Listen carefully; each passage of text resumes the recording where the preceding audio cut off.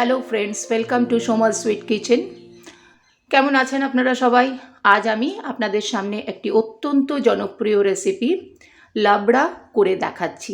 এটি সাধারণত আমরা খিচুড়ির সঙ্গেই খেয়ে থাকি এবং ভোগের খিচুড়ি যখন ঠাকুরকে পরিবেশন করা হয় তখনও আমরা সাধারণত ওই খিচুড়ি ভোগের সঙ্গে এই লাবড়াটাও দিয়ে থাকি। তো আসুন দেখা যাক কিভাবে আমরা এটা বানাই। লাবড়া বানানোর জন্য যে ইনগ্রেডিয়েন্টসগুলো দরকার সেগুলো আপনাদের একটু দেখিয়ে দিই। যেমন সবজির মধ্যে অনেক ধরনের সবজি লাগে: আলু, রাঙা আলু, কুমড়ো, পেঁপে, গাজর, মূলো, বেগুন, পালং শাক, ডাঁটা শাক, কেউ পুঁই শাক যদি পান সেটাও দিতে পারেন, খুবই ভালো হয়। আর টমেটো, কাঁচা লঙ্কা, আদা পেস্ট, আর সর্ষের তেল তো অবশ্যই ইউজ করব। আর তেজপাতা একটু ফোড়নে দেব আমরা, আর পাঁচ ফোড়নটাও লাগে, সেটা আপনারা দেখতেই পাবেন আমি কি কি দিচ্ছি। আর পেঁয়াজটা অপশনাল, এটা যেহেতু আমি ভোগের খিচুড়ি বানাচ্ছি না তাই আমি পেঁয়াজটা ইউজ করব, কিন্তু যদি আপনারা কখনো ঠাকুরকে ভোগ দিতে চান তখন এই পেঁয়াজটা আর দেবেন না। শুধুমাত্র এটা আমি ভোগের জন্য নয় বলে পেঁয়াজটা ইউজ করছি, তাতে টেস্টটা আর একটু বেশিই বাড়বে। তো ভোগের খিচুড়ি হলে আপনারা অতি অবশ্যই পেঁয়াজটাকে দেবেন না।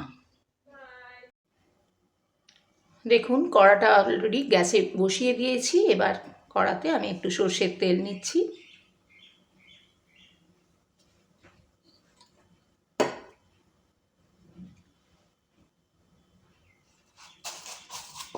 এতে আমি একটুখানি কালো জিরে ফোড়ন দিয়ে দিলাম।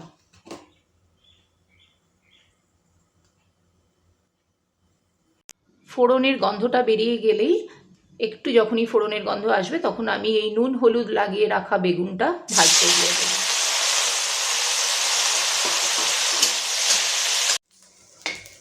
দেখুন বেগুনটা অলরেডি ভাজা ভাজা হয়ে গেছে। হালকা, অতটা বেশি ভাজতে হবে না, হালকা ভেজে নিয়ে উঠিয়ে নিলেই হলো। আমি ভেজে নিয়েছি বেগুনটাকে। এই বেগুন ভাজা হয়ে যাওয়ার পর এই একই তেলে আমি আলুটাও ছেড়ে দেব।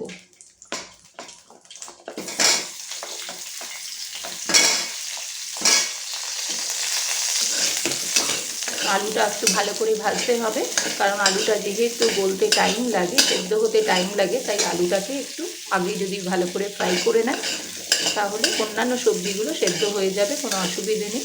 এই জন্য আলুটাকে একটু ভালো করে ফ্রাই করে নেবেন। দেখুন আমার আলুটাও ভাজা হয়ে গেছে, আলুটাকেও আমি তুলে নিচ্ছি। এই দুটোকে আমি একটু আলাদা করে ভাজলাম। ওই একই তেলে আমি এবার অন্যান্য যে সবজিগুলো আপনাদের দেখিয়েছি সেগুলো একে একে দিয়ে দেবো, অল্প একটু ভেজে নেব। কুমড়ো, পেঁপে, গাজর, মূলো আর রাঙা আলু।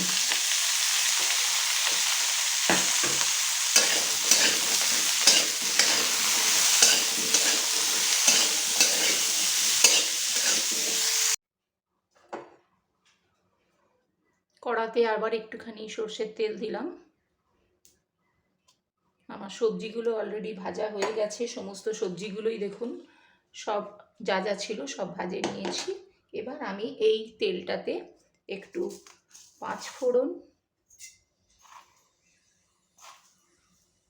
1.5 চামচ মতন পাঁচ ফোড়ন দিলাম, আর দুটো তেজপাতা ফোড়ন দিচ্ছি।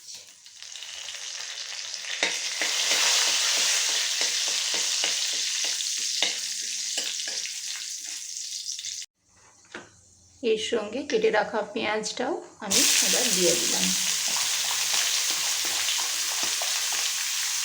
আমি বারবার বলছি এটা যেহেতু আমার ভোগের খিচুড়ি নয় তাই আমি পেঁয়াজটা ইউজ করছি। পেঁয়াজটা কিন্তু পুরোপুরি অপশনাল, আপনাদের ইচ্ছে হলে বাড়ির খাবার জন্য হলে আপনারা পেঁয়াজ দেবেন, আর ভোগের রান্নার জন্য হলে পেঁয়াজটাকে অ্যাভয়েড করবেন। এই পেঁয়াজটাকে একটু হালকা লালচে মতন করে ভেজে নিচ্ছি। এতে আমি এখন 3টে কাঁচা লঙ্কা দিয়ে দিলাম আর একটু হলুদ দিয়ে দিচ্ছি। 2 চামচ মতো হলুদ দিয়ে দিলাম। একটুখানি নেড়ে চেড়ে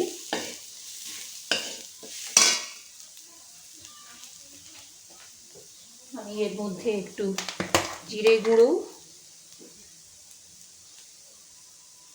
2 চামচ মতন জিরে গুঁড়ো দিলাম।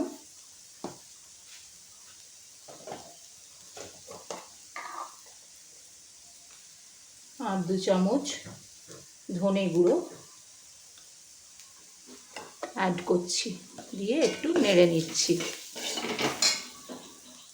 মশলাটা একটু ভাজা ভাজা হয়ে গেলে আমি এর সঙ্গে যে টমেটো কুচিটা আছে টমেটো কুচিটা মিশিয়ে দিলাম।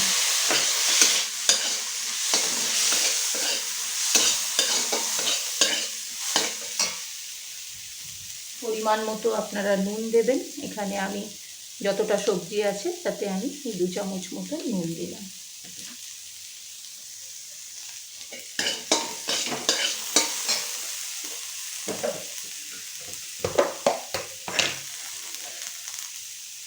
এটা একটুখানি মিষ্টি মিষ্টি খেতে হয়, তাই আপনারা 2 চামচ ভর্তি ভর্তি যদি চিনি দেন ভালোই হবে। টেস্টটা একটু মিষ্টি, লাবড়ার টেস্টটা হয় একটু মিষ্টি টাইপের, তো একটু মিষ্টিটা বেশিই দিলাম আমি এখানে।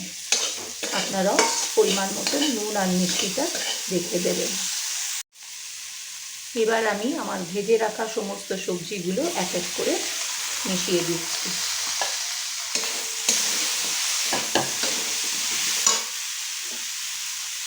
আলু আর বেগুন।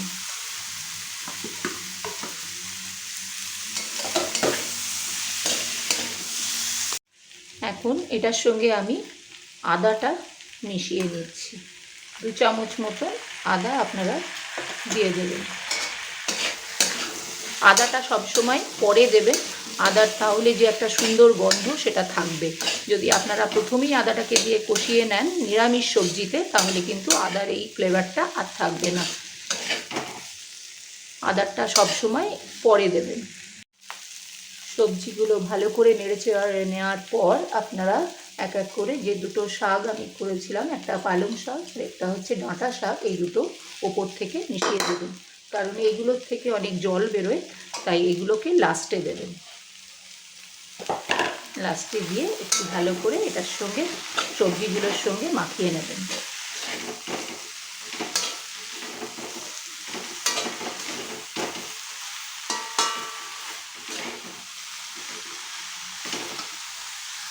দেখুন বন্ধুরা, অলরেডি এই সবজিটা পুরোটাই কষে কষে এসেছে একদম। এই অবস্থাতে আমি একটুখানি জল ঢেলে দিচ্ছি।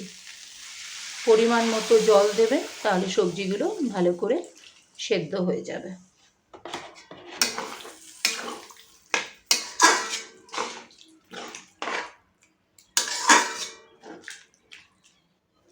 দিয়ে ওপর থেকে একটা ঢাকা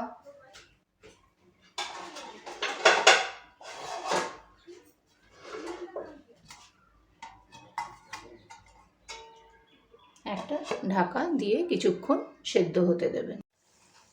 দেখুন এখন পুরোপুরি সবজিটা রেডি হয়ে গেছে।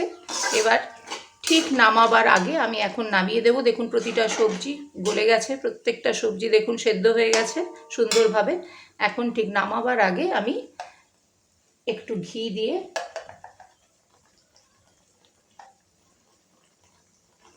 একটু ঘি ছড়িয়ে দেব।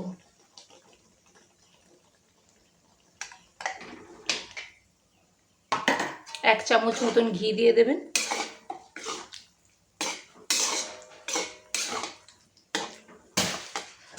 দিয়ে গ্যাসটা অফ করে দেবেন। আমার লাবড়া একবারে প্রস্তুত। দেখুন বন্ধুরা, আমার অলরেডি লাবড়ার প্রিপারেশনটা কমপ্লিট হয়ে গেছে। উপর থেকে একটু গার্নিশিংয়ের জন্য ধনেপাতা কুচি ছড়িয়ে দিচ্ছি। যদি আমার রেসিপিটা ভালো হয়ে থাকে প্লিজ আপনি লাইক, শেয়ার অ্যান্ড সাবস্ক্রাইব করতে ভুলবেন না। Thank you so much.